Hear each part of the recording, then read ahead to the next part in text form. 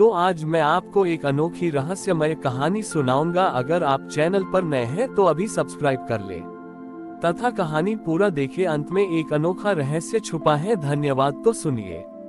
बहुत पुरानी बात है। एक ऊंचे पर्वत के शिखर पर नीलकमल नाम की एक झील थी। इस झील की विशेषता ये थी कि इसका पानी साल के 12 महीने जमा रहता था। इस पर्वत के पास ही एक छोटा सा गांव था जहां सोम नाम का एक मूर्तिकार रहता था। सोम का हाथ पत्थरों को तराशने में इतना कुशल था कि लोग कहते थे कि उसकी बनाई मूर्तियों में जान होती है।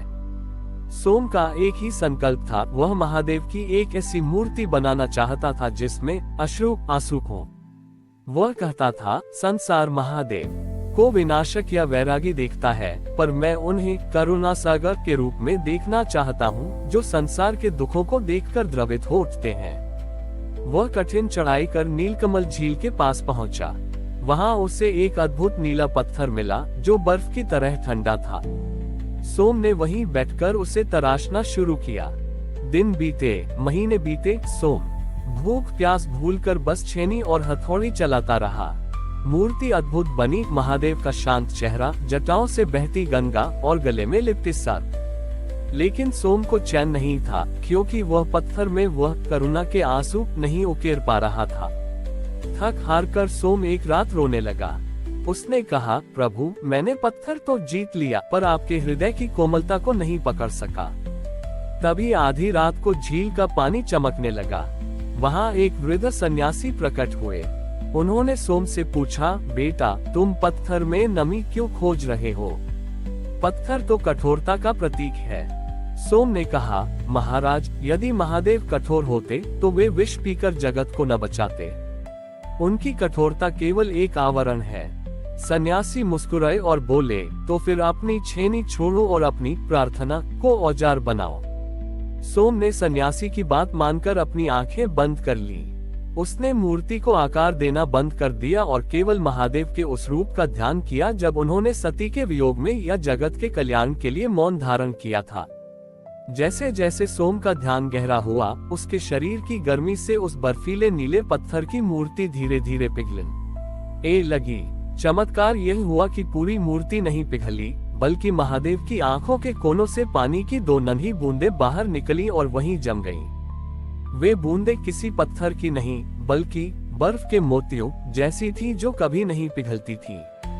साक्षात महादेव प्रकट हुए और उन्होंने सोम के हाथों को अपने हाथ में ले लिया। महादेव ने कहा, ग्रेटर देन सोम, कला केवल कौशल नहीं, बल्कि आत्मा का विस्तार है। तुमने मुझे पत्थर में नहीं, अपने प्रेम में पिघलाया है। ये करुणा बिंदु इस बात का प्रमाण है कि जब भक्त का हृदय पिघलता है तो महादेव का पाषाण रूप भी अश्रुपूर्ण हो जाता है। Greater than. उस दिन के बाद उस मूर्ति को करुणेश्वर महादेव कहा गया। गांव के लोग जब भी किसी बड़ी विपत्ति में होते, वे उस मूर्ति के दर्शन करते। कहते हैं कि आज भी यदि कोई सच्चे दुख में उस मूर्ति के सामने खड़ा होता है तो महादेव की आंखों के वे जमी हुई बर्फ की बूंदें चमकने लगती हैं, जिससे भक्तों को शांति और समाधान मिल जाता है। सोम ने सिखाया कि महादेव को पाने के लिए केवल हाथों की कलाकारी काफी नहीं है, बल्कि उसके लिए हृदय का द्रवित होना आवश्यक है। सोम की बनाए करुणेश्वर महादेव की मूर्ति की चर्चा अब केवल पहाड़ों तक सीमित नहीं रही, बल्कि उसकी ख्याति मैदानों और नगरों तक पहुंच गई। लेकिन जहां श्रद्धा होती है, वह कभी कभी स्वार्थ और अहंकार भी दस्तक देते हैं। उस समय के एक अत्यंत समृद्ध राज्य का राजा भानु प्रताप अपनी कठोरता के लिए जाना जाता था। उसका मानना था कि राजा का हृदय पत्थर की तरह होना चाहिए, तभी वह न्याय और शासन कर सकता है। जब उसने एक रोते हुए महादेव की मूर्ति के बारे में सुना तो उसे यह बात हास्यास्पद लगी। उसने सोचा, देवता कभी निर्बल नहीं हो सकते। ये सोम नामक मूर्तिकार लोगों के मन में कोमलता भरकर उन्हें काय बना रहा है। राजा अपनी सेना के साथ नीलकमल झील पहुंचा। उसने सोम से कहा, हे मूर्तिकार, मुझे तुम्हारी यह कला स्वीकार नहीं। महादेव शक्ति के प्रतीक हैं, अश्रुओं के नहीं। मैं इस मूर्ति को यह से ले जाकर अपने युद्ध भवन में रखूंगा, पर पहले मैं इसके इन बर्फ के मोतियों को हटा दूंगा, क्योंकि मेरे राज्य में करुणा के लिए कोई स्थान नहीं है। सोम ने नम्रता से कहा, महाराज, ये आंसू निर्बलता के नहीं, उस शक्ति के हैं जो पूरे जगत का भार अपने हृदय पर लेती है। इन्हें आप नहीं हटा पाएंगे। राजा ने अहंकार में आकर अपनी तलवार निकाली और मूर्ति की आंखों पर प्रहार किया। जैसे ही तलवार उस नीले पत्थर से टकराए, एक भीषण गर्जना हुई। मूर्ति से कोई पत्थर नहीं टूटा, बल्कि उन बर्फ के बिंदुओं से नीले जल की एक प्रचंड धारा फूट पड़ी। वह जल इतना शीतल था कि राजा के हाथ में पकड़ते ही उसकी तलवार जमकर टूट गई। अद्भुत बात यह हुई कि वह जल पूरे पहाड़ पर बहने लगा, लेकिन वह किसी को डुबा नहीं रहा था। जहां जहां वह जल पहुंच रहा था, वहां के सूखे और कठोर पत्थर कोमल मिट्टी में बदलने लगे और उन पर रंग बिरंगे फूल खिलने लगे। राजा भानुप्रताप ने देखा कि उसके सैनिक, जो हमेशा युद्ध के लिए तत्पर रहते थे, अचानक अपने शस्त्र छोड़ कर शांत हो गए। उनके चेहरों की कठोरता गायब हो गई और उनकी आंखों में दया का भाव आ गया। राजा स्वयं को हिला नहीं पा रहा था।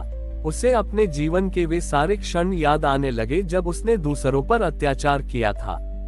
महादेव की उस मूर्ति की आंखों से अब प्रकाश निकलने लगा और एक गंभीर वाणी गूंजी, ग्रेटर देन भानुप्रताप, जो हृदय पिघलना नहीं जानता, वह केवल एक मृत पत्थर है।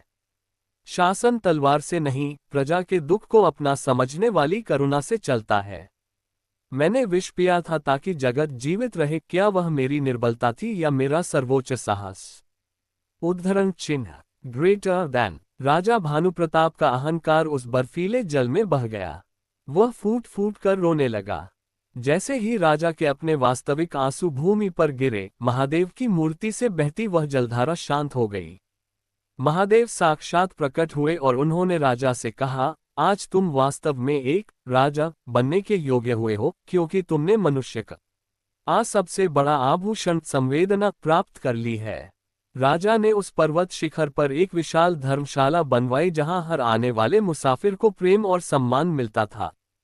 सोम अब बूढ़ा हो चला था, पर उसने देखा कि उसकी बनाई मूर्ति ने केवल पत्थर को नहीं, बल्कि एक सम्राट के कठोर हृदय को भी तराश दिया था। आज भी नीलकमल झील के पास जाने वाले लोग कहते हैं कि वहां की हवा में एक ऐसी शीतलता है जो मन के सारे क्रोध को सोख लेती है। ये कहानी हमें सिखाती है कि करुणा कोई कमजोरी नहीं, बल्कि वह सबसे बड़ी शक्ति है जो शत्रु को भी अपना बना सकती है।